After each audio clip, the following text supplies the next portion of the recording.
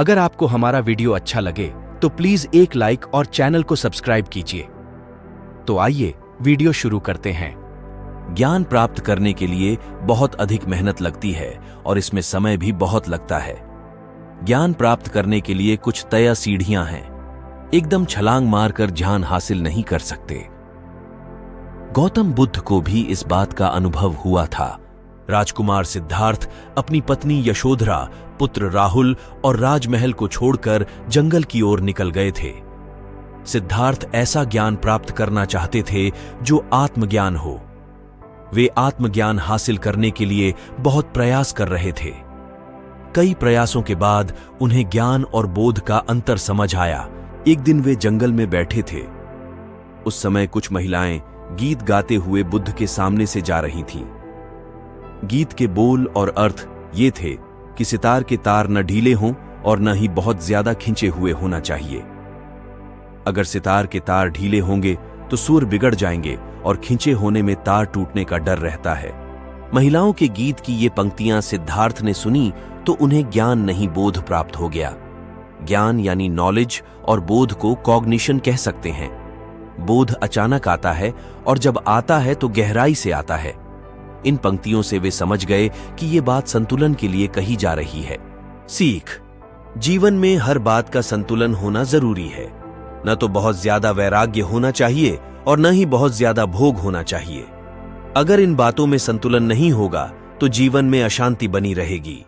आज का जीवन मंत्र: अधर्म से कमाया गया भोजन खाने से बचना चाहिए।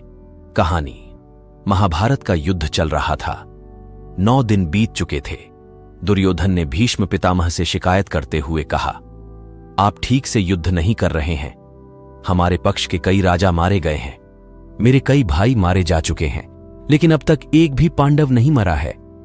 आप जिस तरह से युद्ध कर रहे हैं उसे देखकर यह लगता है कि आप कौरवों की ओर से नहीं बल्कि पांडवों की ओर से युद्ध कर रहे हैं। दुर्योधन इसी तरह हर रोज भीष्म पितामह को ताने मारता था और भीष्म सह लेते थे। लेकिन उस दिन तानों से दुखी होकर भीष्म ने दुर्योधन से कहा, कल के युद्ध में या तो मैं मरूंगा या मैं पांडवों का वध कर दूंगा। मैंने तेरा अन्न खाया है, उसकी कीमत जरूर चुकाऊंगा। यह सुनकर दुर्योधन को संतोष हो गया कि ये तो मरेंगे नहीं, पांडव मर जाएंगे। अन्न का प्रभाव था ये। और जब भीष्म अर्जुन से युद्ध हारे तो वे बाणों की शैया पर आ गए थे। युद्ध के बाद जब पांडव भीष्म पितामह से मिलने पहुंचे तो वे धर्म का ज्ञान दे रहे थे। उस समय द्रौपदी ने आपत्ति जताई। द्रौपदी ने कहा, आज आप धर्म का ज्ञान दे रहे हैं, लेकिन यह ज्ञान उस समय कहां गया था जब भरी सभा में मैं अपमानित हो रही थी। भीष्म पितामह बोले, दुर्योधन का अन्न खाने से मेरा मन उससे बंध गया था। ध्यान रखें, अन्न किसका है, किसके हाथ से बना है, किस धन से वह भोजन कमाया गया है, क्योंकि अन्न अपना असर दिखाता है।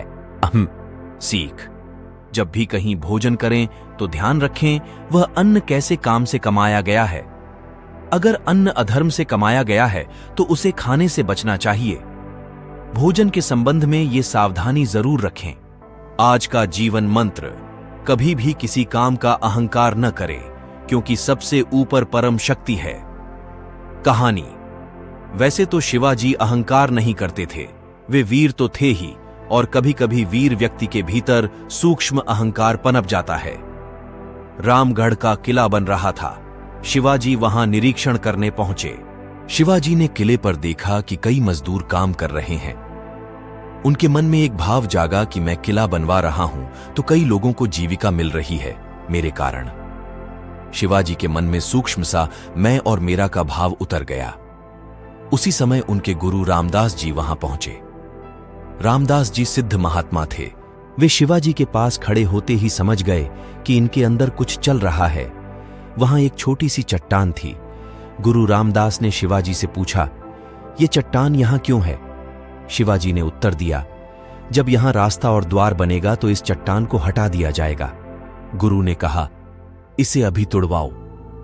गुरु के कहने पर शिवाजी ने उस चट्टान को तुड़वाया।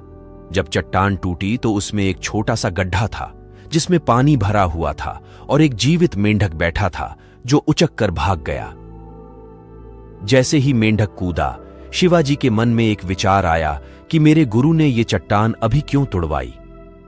मेरे मन में ये भाव आ गया था कि मैं किला बनवा रहा हूं, इन लोगों की रोजी रोटी का कारण बन रहा हूं, जबकि ऊपर वाला हर एक की व्यवस्था करता है। चट्टान के भीतर भी परमात्मा की कृपा से कोई प्राणी जीवित रह सकता है।